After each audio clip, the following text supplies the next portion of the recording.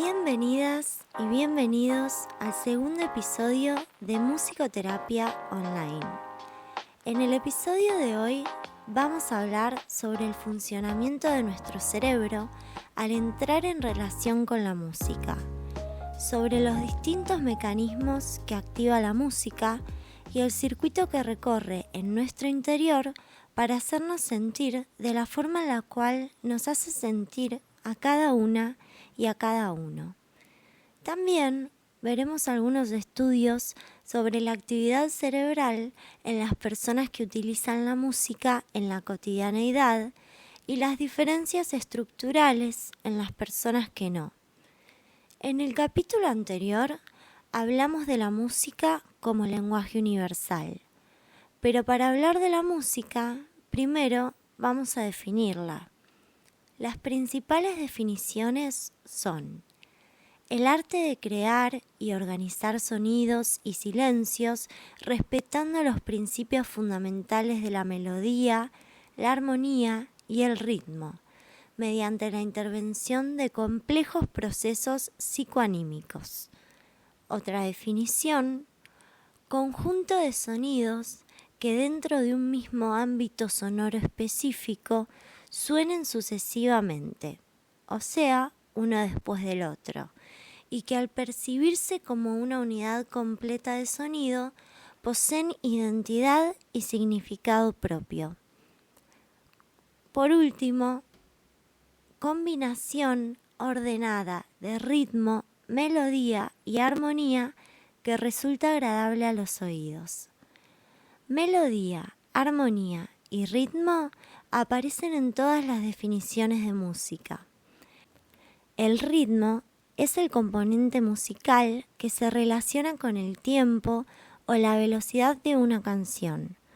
Establece los tiempos fuertes y débiles e indica el valor de las notas, según la intensidad y el tiempo.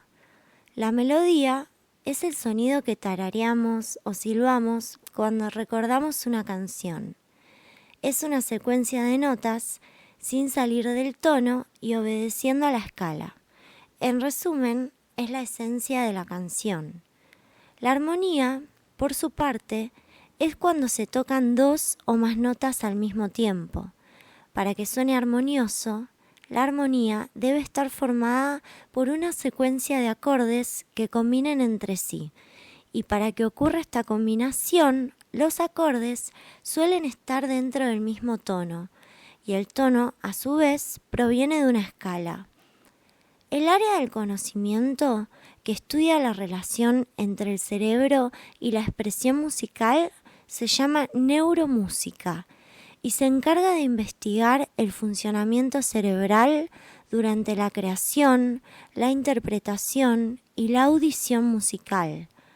La música activa diferentes áreas de la corteza cerebral similares a las que activa el lenguaje verbal, incluyendo la activación del área de Broca, que es la parte del cerebro encargada de la articulación del lenguaje.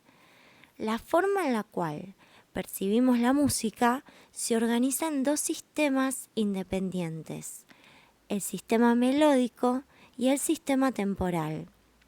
El sistema melódico se encarga del procesamiento de la melodía y permite diferenciar dos componentes fundamentales de la música, que son el tono, o sea, las notas, y los intervalos, que son la distancia entre las notas.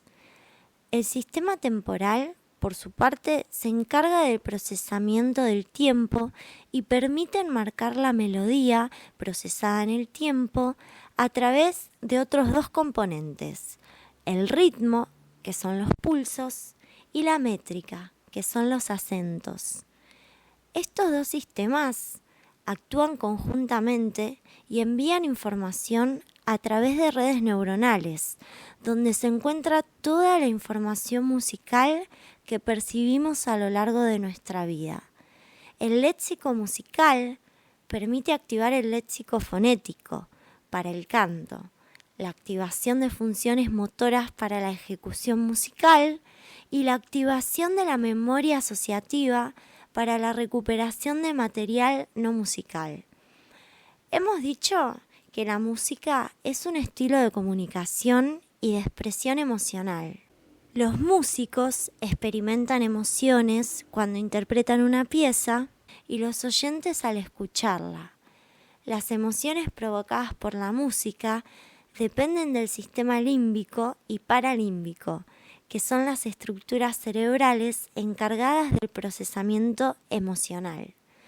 Dentro del sistema límbico se encuentra la amígdala, cuya principal función es integrar las emociones con los patrones de respuesta correspondientes a estas, provocando una respuesta a nivel fisiológico o conductual. También se encarga de gestionar las emociones y de dotar de significado emocional las experiencias personales de cada persona. La música activa sistemas de recompensa similares a los que activa la ingesta de comida, el consumo de drogas o la actividad sexual. Esto sucede porque activa el sistema dopaminérgico, que en el episodio anterior llamamos el sistema de la felicidad, y aumenta el flujo sanguíneo. La música fuera de nuestro cerebro no existe. Una nota comienza cuando las vibraciones viajan por el aire, lo cual hace que el tímpano vibre. Dentro del oído, estas vibraciones se convierten en impulsos nerviosos que viajan al cerebro, donde se perciben como varios elementos de la música, principalmente el tono y la melodía. Y cuando estos elementos se combinan, forman el patrón que reconocemos como música. La música, mediante su correcta aplicación, es un instrumento rehabilitador, tanto física como emocional y socialmente, por lo cual en musicoterapia se aplica en numerosos trastornos y con múltiples finalidades. ¿Sabían que nuestro cerebro es capaz de reorganizarse dependiendo de sus necesidades? Existen diferencias tanto estructurales como funcionales en el cerebro de una persona que hace música de la que no.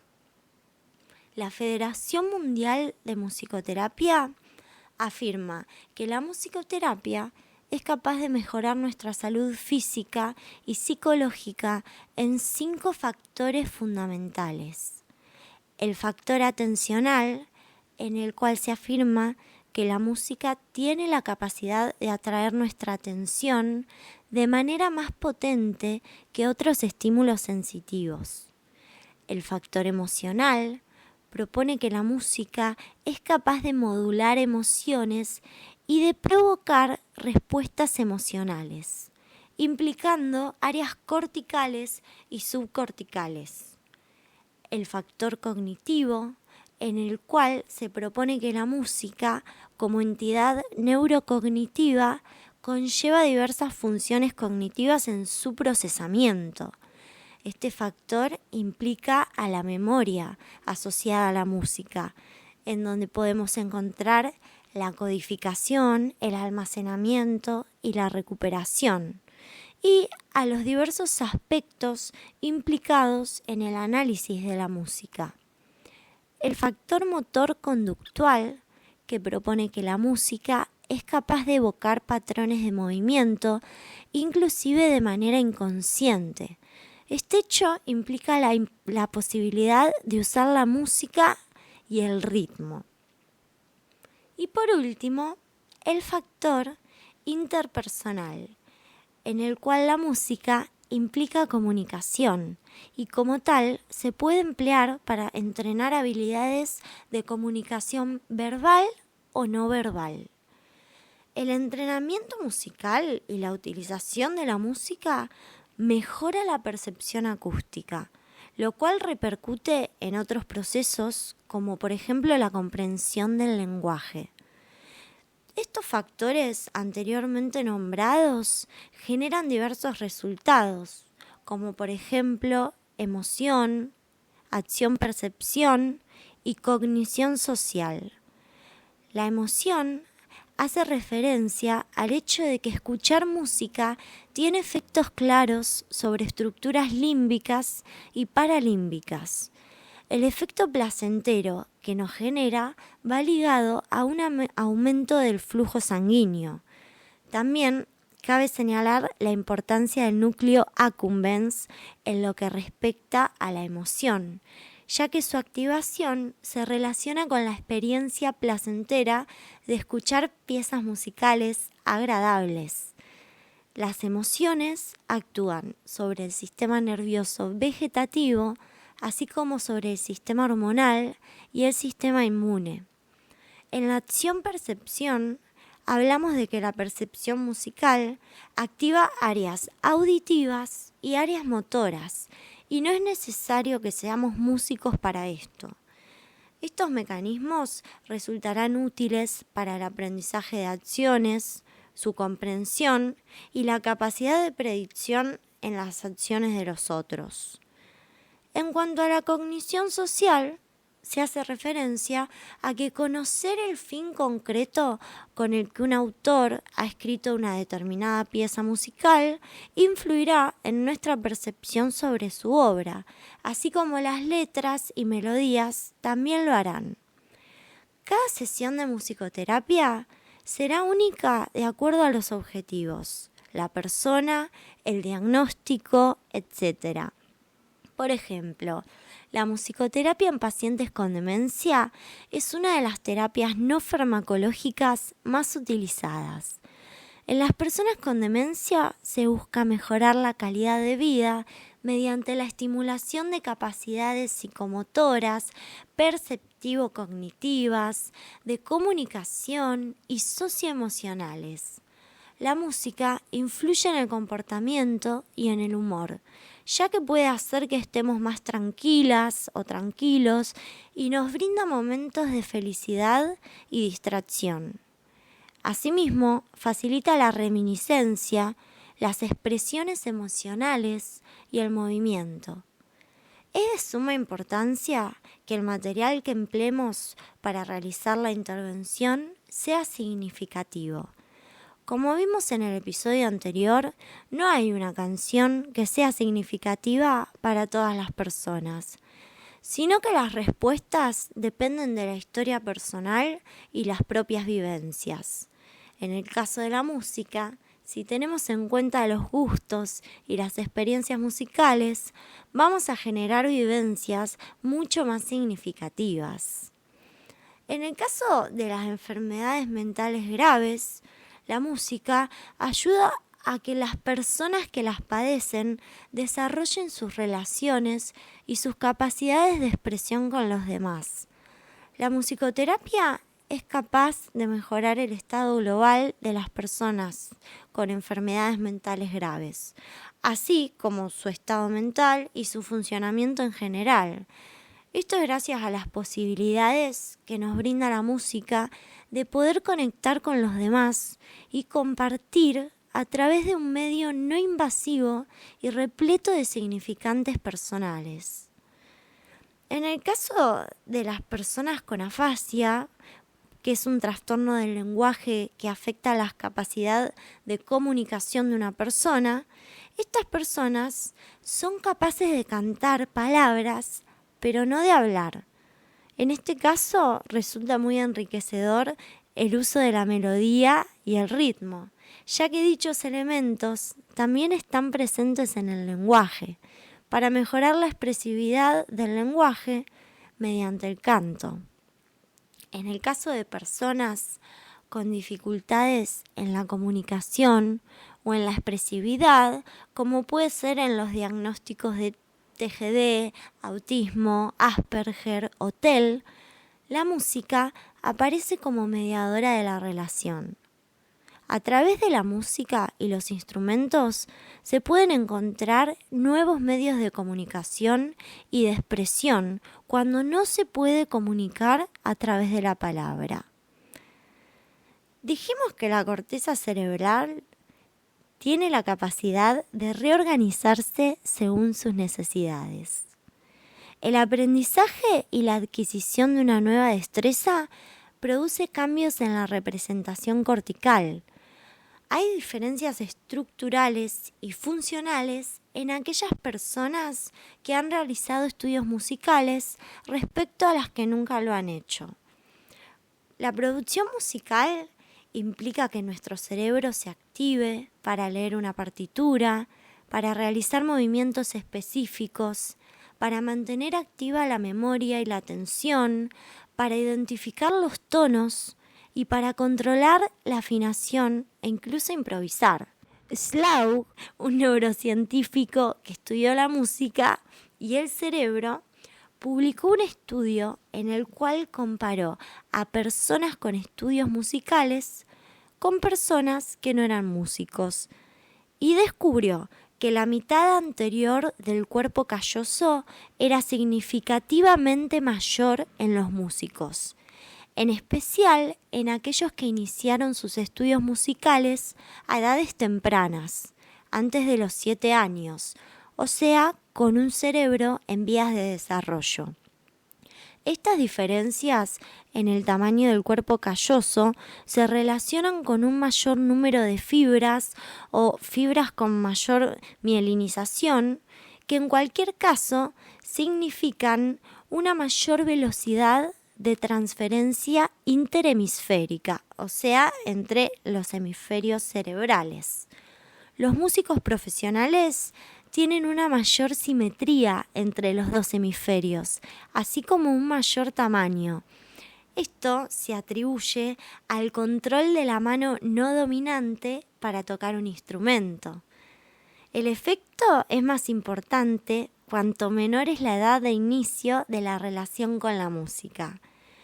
Un dato interesante es que el cerebro de las mujeres alcanza su nivel máximo de desarrollo mucho antes que el cerebro del hombre y es de por sí de mayor tamaño que el de los hombres, con lo cual es posible que se produzca un efecto techo.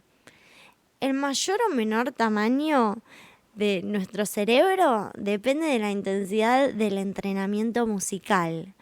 Horas al día a lo largo de toda la vida, así como la edad en la cual iniciamos nuestra relación con la música.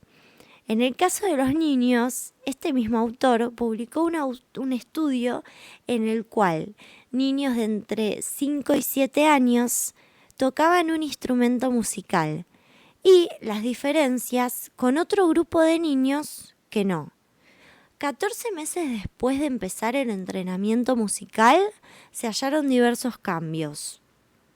Los niños que empezaron a tocar un instrumento, comparados con los que no recibían entrenamiento musical, tenían mejores rendimientos en tareas de control motor fino y discriminación auditiva. Los dos grupos de niños eran iguales, salvo por el hecho de que un grupo recibió entrenamiento musical y el otro no. Tras 15 meses de entrenamiento, hallaron que los niños habían mejorado en la tarea de control motor y en las tareas melódico-rítmicas. Además, también constataron cambios en áreas cerebrales, mayor volumen en el cuerpo calloso, al igual que en la gente adulta que hace música, y en el área auditiva primaria derecha. Ambos hemisferios están implicados en el procesamiento musical, tanto para la gente que hace música como para la que no. El procesamiento de algunos aspectos musicales se lleva a cabo igual en unas y otras personas, como el contorno melódico, que se lleva a cabo en el hemisferio derecho, o el ritmo, que es procesado por el hemisferio izquierdo. Pero por otro lado, también podemos tener nuestras diferencias. Hasta aquí el episodio del día de hoy. Si llegaste hasta acá, muchas gracias por escuchar y espero encontrarte en el próximo episodio. Chao.